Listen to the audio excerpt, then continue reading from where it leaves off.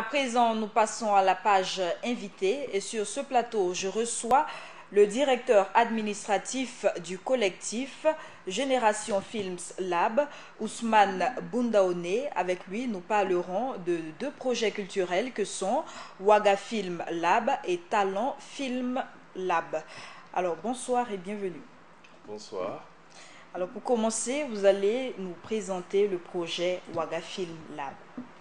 Merci. Waga Film Lab, c'est ce que nous appelons un laboratoire de développement et de production de projets de films. Et Waga Film Lab, pourquoi Waga? Nous avons le monument, la capitale du cinéma africain, mais surtout parce que il fallait développer ce que nous appelons les nouveaux mécanismes de financement de la production audiovisuelle et cinématographique. Et Waga Film Lab, c'est donc le premier laboratoire qui veut se consacrer à ça en se positionnant sur l'Afrique de l'Ouest pour identifier et sélectionner des porteurs de projets pertinents à même d'intégrer un processus de renforcement, d'incubation pour en faire des projets, je dirais, bancables, des projets capables d'intéresser des financeurs, des bailleurs de fonds ou des producteurs tout simplement. Et Waga Film Lab s'installe à Waga pour accueillir 20 porteurs de projets qui sont eux-mêmes responsables de 10 projets. Cela veut dire que par projet, il y a un tandem réalisateur-producteur et c'est ces différents tandems que nous accueillons ici, mais qui sont déjà en formation parce qu'ils ont été sélectionnés depuis le 1er juillet, pardon, qui était la date de clôture de l'appel à projet que nous avons lancé de mars à juillet pour les 15 pays de l'Afrique de l'Ouest. Et depuis cette date, nous avons communiqué donc la liste de ces différentes personnes et nous les avons mis en contact avec ce qu'on appelle des mentors. Il y a 5 mentors en charge chacun de 2 projets qui ont commencé les formations depuis le 15 août et ce jusqu'au 15 septembre afin de donner, je dirais, du contenu beaucoup plus professionnel à ces différents projets qui sont considérés déjà comme les meilleurs, mais qui doivent aller affronter d'autres projets à l'international. Donc on doit leur apporter ce cachet qui fait que un compétiteur ou un professionnel africain doit se sentir au même niveau qu'un professionnel asiatique ou américain. Et pour ça, il y a des techniques assez innovantes, c'est vrai pour nous, mais qui sont déjà bien expérimentées en France, en Allemagne, en Suisse, en Italie, etc. Et c'est cette chance-là que nous offrons aux professionnels du cinéma africain cette année. Donc, après la phase distancielle où ils sont côtiers, ils sont invités à Ouagadougou du 19 au 24 septembre, où ils auront la chance de rencontrer leurs mentors, de pouvoir échanger et profiter d'eux, parce que c'est tous des professionnels expérimentés. Je peux citer par exemple le cinéaste Gaston Kaboré, qui est considéré comme un des meilleurs scénaristes de l'Afrique et qui intervient dans pas mal d'universités. Je peux citer Pedro Pimenta, qui est mozambicain, qui travaille en Afrique du Sud, directeur d'un grand festival à Durban. Je peux citer Diane El Tari de l'Égypte. Donc toutes ces personnes seront là pour accompagner cette nouvelle génération de cinéastes. Et pendant leur séjour à Ouaga, c'est la phase résidentielle avec 3 ateliers.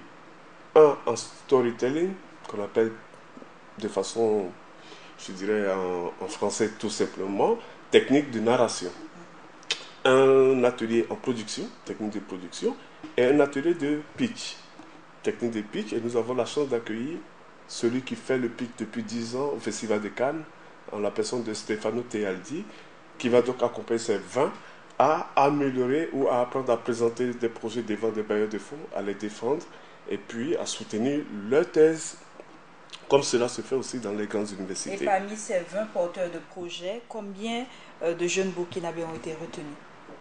C'est vrai, quand ça se passe au Burkina, on veut que le Burkina ait la palme, mais là, c'était un concours très serré. Nous avons reçu 80 dossiers venant de 14 pays, Et sur ces 80, nous avons 2 projets maliens, 3 projets maliens et 2 projets burkinabés. Mais j'ai bien dit que c'est des tandems. Donc quand on prend les réalisateurs, il y a 3 projets maliens, 2 projets burkinabés, un projet sénégalais, un projet capverdien, un projet ghanéen, un projet nigérien, un projet nigérian. J'ai parlé du Ghana et du Ghana. Donc, mais quand on prend du côté des producteurs, les Burkinabés sont majoritaires. Par exemple, nous avons un Burkinabé qui est le producteur du projet sénégalais. Nous avons une productrice burkinabé qui est en charge du projet nigérien. Et tous les 2 projets burkinabés sont produits par des producteurs burkinabés. Donc, on s'en sort avec, sur les 20, près de 6 burkinabés. Et sur quels critères est-ce que ces projets ont été retenus? Mais ces critères étaient simples. D'abord, il y a la contrainte du tandem réalisateur-producteur. Parce qu'une des faiblesses du cinéma africain, on retrouve en une seule personne toutes les casquettes de la chaîne de production. Il est producteur, il est réalisateur, il est scénariste. C'est bien, mais ça ne paye pas. Voilà, il fallait changer ça. Ça, c'était une des contraintes. L'autre contrainte, il fallait que le producteur postule au même titre que le réalisateur. C'est-à-dire avec son CV, pour qu'on connaisse son background, avec ce qu'on appelle le plan de financement, mais surtout avec le business plan, le plan d'affaires. Ce qui est, quand on parle de nos métiers artistiques, on croit que ça doit échapper à ce genre de technique. Alors que non, le cinéma, c'est d'abord une industrie. Et il faut lui appliquer les méthodes de l'industrie. Donc là, c'était des critères qui étaient très sélectifs. Pour le réalisateur, il fallait qu'il fasse preuve d'une production récente ou précédente. On veut une nouvelle génération, mais pas quand même des novices. Quelqu'un qui a déjà fait un film. Donc, même si c'est un documentaire, c'est un film. Et je ne peux pas citer tous les critères. Il fallait être originaire de l'Afrique de l'Ouest, d'un des 15 pays pour le réalisateur. Le producteur pouvait être ressortissant d'un des 54 pays d'Afrique. Donc, ce qui déjà nous installe dans quelque chose qui est assez révolutionnaire. La plupart des films africains que nous connaissons qui sillonnent le monde sont produits, c'est vrai, en tandem, mais très souvent, l'autre tandem, c'est-à-dire le producteur surtout, il vient du Nord. Et cette fois-ci, nous avons dit, bon, on va essayer que les 2 porteurs soient d'Afrique et on verra bien ce que ça va donner. C'est pourquoi nous avons dit, et l'expérience le démontre, que nous sommes le premier laboratoire consacré à l'Afrique de l'Ouest, mais surtout à l'Afrique francophone, qui est cette zone-là qui a du mal à décoller à l'international. Alors nous parlerons à présent de ce tout autre projet, Talent Lab. Qui sont ces jeunes qui participent à ce projet?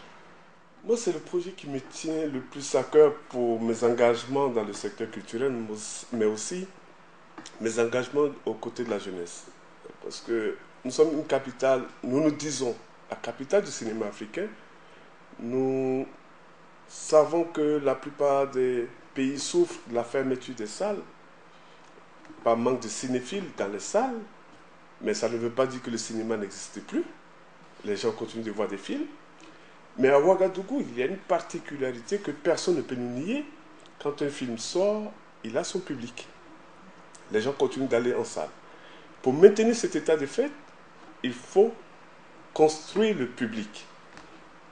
Il faut le sensibiliser. Et le terreau, c'est la jeunesse. C'est eux la cible. Il faut aller vers eux. Et c'est ce que nous avons voulu. Donc, nous avons ciblé d'abord Talent Film Lab, c'est 2 volets. Mon école, mon film d'animation, pour les plus jeunes de 9 à 13 ans, qui vont, eux, apprendre à fabriquer des films d'animation. On croit que c'est des films de jeunesse, mais on peut faire des films pour adultes. Mais eux, ils vont apprendre en s'amusant à fabriquer des films.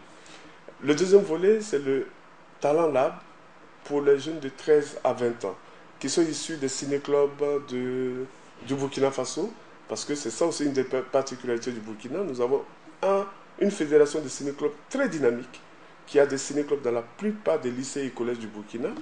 Et on a comme ça ciblé 5 ciné-clubs, plus le club RFI, qui vont donc constituer les équipes de production de 4 films sur le thème jeunesse et citoyenneté. Merci à Ousmane Boundaoune. Merci beaucoup.